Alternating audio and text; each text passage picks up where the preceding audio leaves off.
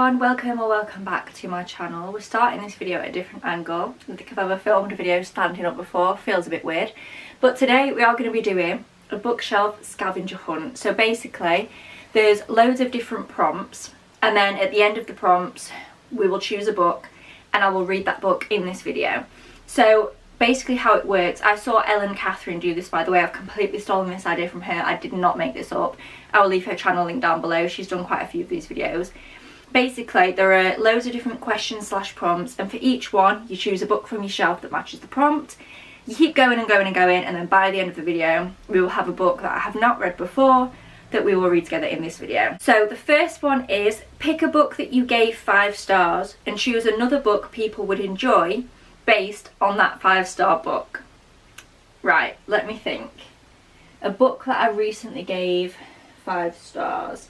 I'm going to try and do a recent one, but we might have to scrap that and go for one that I chose, for one that I gave 5 stars quite a while ago. I've had to go back a bit further and not do a book that I recently gave 5 stars because I have given books 5 stars recently, but I was really struggling to then think of a book to recommend based on that. So the book I gave 5 stars quite a while ago was All Roads Lead Here by Mariana Zapata. This is a small town romance. And 2 books that I have read more recently, especially one of them. I've just put both of them together because they're interconnected standalones set in the same place. And it's When in Rome and Practice Makes Perfect by Sarah Adams. I wanted to mention both because I really prefer Practice Makes Perfect. You can read it on its own, but it would make more sense if you read When in Rome first. But I, again, personally preferred this one. These, again, are very small town romances, like proper small town vibes. Everyone knows everyone's business. Like, it's really kind of close knit. It's a bit different in that this is small town, but this is more based on, like, you know, the wilderness and the beauty of the town. But I feel like that very much comes across in these 2 books as well. I think they have the similar vibe in that it's like a slow pace of life, not a slow book, but slow life for the characters. You know what I mean? Just cute small town, wholesome vibes. That's the word I'm looking for. Wholesome vibes. So yeah, if you enjoyed All Roads Lead Here or you enjoyed these, I would recommend the other ones. If you've noticed, I don't know if it's clear, I have put some books back on my shelf since I started filming. I realised I had a stack of books on the floor and I need all the help I can get. So there are some extra books than when I started filming this. I don't even know if you would notice.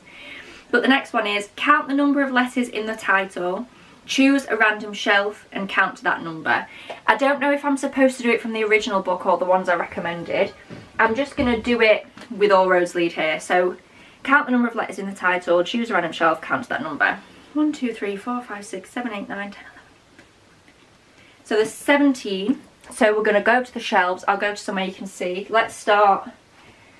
You can't see, but we're going to start on this shelf here. And I'm just going to count to 17. 1, 2, 3, 4, 5, 6, 7, 8, 9, 10, 11, 12, 13, 14, 15, 16, 17. Into the dark. Do I have to actually get that out? Find a cover with similar elements. Oh, I'm going to have to get it out. Call me crazy because these 2 books that I'm about to show are completely different genres. I'm not saying the books are similar in any way. I'm just saying the covers have similar elements. The covers don't look the same, but they have similar elements, so just hear me out. So obviously the first one we had was Into the Dark. We've got Magnolia and we've got like a, you know, a wolf and suitcases, etc. I went down the vibe of the person and the wolf, so I chose Bride. Do they look the same? No, but that's not the prompt. So we've got like a woman and we've got a wolf. I think that's close enough. It's good enough for me anyway, that's what we're going with. So the next prompt is to reverse the page count and then find a book with that similar page count. Again, I can't remember if I'm supposed to do it with Bride or Magnolia Parks. I'll just do it with Bride because it was on the top of the pile and it's the easiest one to grab. So in here there are 396 pages. So I need to find a book that has around 693 pages. I will give it my best go. So we're looking for around 700 basically. Okay, I couldn't get that close. The closest I've got is The Skyward Flight novellas by Brandon Sanderson, and this is 617. It's between this and The Priory of the Orange Tree, but that is over 800. So mathematically, this is the closest to 693 that I can get. My books are either way too short or way too long. I don't seem to have any kind of middle ground book that is around 700 pages. So we're going with The Skyward Flight novellas. And the next prompt is list the tropes and find a book with similar tropes. Well, this is ridiculous because this is the only sci-fi series that I own. So we're going to have to go down a different route. This isn't a very tropey series. It's basically about a girl called Spencer who goes to flight school because she wants to be a pilot in their like defence force. But obviously it's sci-fi. So I'm going to try and maybe choose something to do with going to some kind of school or academy or something maybe. I think that's the only way I'm going to really get around this. I do technically have a book that fits better than the one I've chosen, but I don't want to talk about that book. I bought the book before this came to light, but the author has very problematic views on current events, so I don't want to talk about that book at all on my channel. So I've chosen a book that isn't as similar, but it's the closest I've got. So I've gone with Divergent. The vibes of these books are not similar at all. They are completely different. One is dystopia and one is sci-fi. The reason I went with this is because in Skyward, no one thinks that Spencer can do it. She chooses to go to flight school and no one thinks she's going to succeed. No one even thinks she's going to be let into flight school, let alone succeed if she gets in. Everyone is very, very doubtful of her. So the reason I chose Divergent is because, I mean, I'm not going to spoil this anyway, but for the majority of you that have read this, or if you've not read it, you're probably not interested in reading it, Triss ends up in a faction where people don't think she will succeed. It's quite a dangerous place that she ends up in. She chooses to go there kind of against all odds, despite the fact that no one thinks she's going to make it. And that's why I went with it. It's the same kind of, it's honestly, guys, it's a reach, but it's the closest I could get, so just let me have it, please. I have no further justification for this choice. The next one, find a book with a similar colour combination. Okay, so we've got red, we've got some greens, but mainly we've just got a lot of red. So I'll go and have a look on my shelves and see if I can find anything. It doesn't have to look like it, does it? It just has to be similar colours. So I'll go and have a look. So the book I've got that does not look similar at all but has the most similar colours is Crescent City. Again, they don't look similar, but it's the only one I could find that had the red but wasn't too dark. I was looking at, like, what's it called? Ruin and Rising, the second book in the, whatever it's called, Shadow and Bone. I hate that trilogy, so I don't care what it's called. And I have quite a lot of red books, like A Court of Thorns and Roses, but they're just too red or too dark. This is the only one I could find that had the same kind of, if you look at the sky in this one, it is a bit darker, but just the same kind of cream and red. This one's gold, this has got like some yellow. Are they similar? No, but again, you're just going to have to let me have it because I don't have anything else. So the next one is, read the first sentence, choose any word in that sentence, then find a book with that word or title on the cover. So the first sentence, and this is good because this is the first book in a series, so I'm not going to spoil anything by reading the first sentence. There was a wolf at the gallery door. So the word needs to be on the book cover or in the title. So I need to see if I can find anything that has, I can choose any word, but I think we'll start with wolf. See if I can find anything with wolf. I don't think I will, but we'll try. And if not, we will choose a different word from that sentence. I'm going to bend the rules slightly. So obviously it's not a very long sentence and there's not many words. I'm basically between wolf, gallery and door because I don't want to choose like a. Because yeah, I could find a book that has a, but I feel like that would be boring. So we're going to stick with the word wolf, and I'm going to choose a book that has a wolf on the cover, which is hard because I've already used Bride and Magnolia Parks. We're going to use a book which has a wolf rather than the word wolf. I feel like that counts, and again, you know, I'm filming this video, so who's going to stop me? So I'm going to go with A Court of Thorns and Roses. It has, I don't even know if you can tell that it's a wolf, but it is a wolf on the, it's like an upside down wolf on the cover. So we're going to go with this. Again, does it say the word wolf? No, but it's close enough because it has a wolf. And it says wolf on the back in the blurb. So it says the wolf on a cover, just not on the front cover. So we're going to go with this. The next prompt is, go to the acknowledgements and find a book written by somebody with one of the names mentioned. So let's have a look at the acknowledgements and see what names we've got. We've got Susan. We've got, there's loads of names, but they're like, not names that she's saying. So we've got Susan, we've got Alex, we've got Biljana, I think, sorry if I said that wrong. We've got Tamar, Kat, Dan, Bridget. Oh, we've got Elena. So I know what we're going to choose, if I can get to it. We will go with The Spanish Love Deception by Elena Armas. That was easier than I thought. I know I'm pretty sure I don't have like a Susan or a Dan unless I'm being really dense. I probably am being dense. But anyway, we'll go with The Spanish Love Deception by Elena Armas. And the next one is look at the cover and find a similar cover. So I'm basically going to go over to my romance shelves and find something.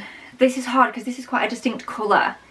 So I'm not sure how similar I'm going to be able to get, but I'll go have a look and try my best. So we've got a couple of options for this and I'm not sure which one to go with. So obviously the book we're trying to match is The Spanish Love Deception. I've chosen either, and I don't know which one to go for, Loath to Love You, which is a more similar colour and it has a similar font. If you look at the font of Loathe and the font of Spanish, the fonts are quite similar, but other than that, they're not very similar at all. And then we've got Wildfire by Hannah Grace, which is not as similar of a colour, but again, the fonts kind of match and we've got two people. But I still think, even without the two people, I still think this one is more similar. Because of the colours, I think the font is a better match. So we'll go with this. We'll go with Loath to Love You. And what is our next prompt? Oh, our final prompt. Add your birth month and day together. Go to that page, read the first sentence, and find a book with the first word in the title. So, obviously we're going to use Loath to Love You. My birth month is September, which is 9. And my birthday is 9. My birthday is the 9th of the 9th. So add that together is 18. So we're going to go to page 18 in Loath to Love You. We're going to read the first sentence and find a book with the first word in the title. I shrug and hurry after him, trying to keep up with his much longer legs, taking in next to nothing of my surroundings until we reach a living area. So I'm supposed to find a book with I in the title, which I don't think I own anyway, but that's not a very good word, is it? Just I. What's the next one? Shrug. No, I know I don't have that. We're just going to have to keep going through the sentence. And I could do, we might have to just come back to and if it ends up being, you know, that boring. I'll try and avoid it. Hurry. No. After. Maybe After. I'll go and have a look for a book with After in it. It will not be After by Anna Todd. Spoiler alert. I decided not to use and because I just feel like that's a bit of a cop-out. So I've had to go on to the next sentence, which is, the sentence is, which is stunning. I don't have anything with that, so we're going to ignore that sentence. And then the next one, this house is all large windows and hardwood floors. So I wanted to choose like a word that wasn't and or the. So the closest we can get is The Housemaid by Frida McFadden, which I think is a good one. I think it'll be an interesting one to read. I'm not usually a thriller reader, so it'll be something a bit different. Should make for, you know, a good video. I'll probably have lots of things to say about it. So yeah, in this video we are going to read The Housemaid by Frida McFadden. Sorry that it's a bit of a cop-out. Well, it's not, I don't feel like it is a cop-out. I feel like I've avoided the cop-out. I just had to read down the page a bit because I had nothing. I have so many unread books, but somehow none of those words were in any of the titles. So yeah, we've gone with The Housemaid. So I will come back to you when I actually start reading this. It probably won't be for a few days because I need to finish up some of the books. But yeah, I will get back to you when I start reading this. And obviously the point of this video is let you know how it goes.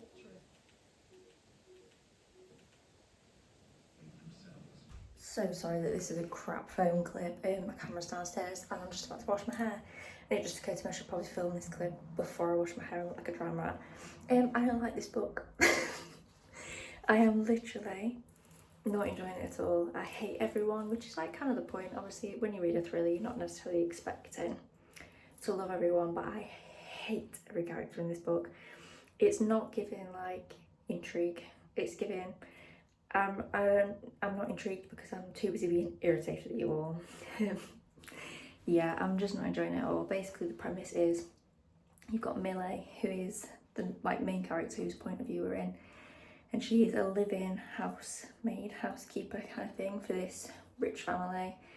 The mum of the rich family is being portrayed as like being insane, as they call her, and dad is being portrayed as being very charming and very good looking and all this stuff, which to me signifies that that might swap.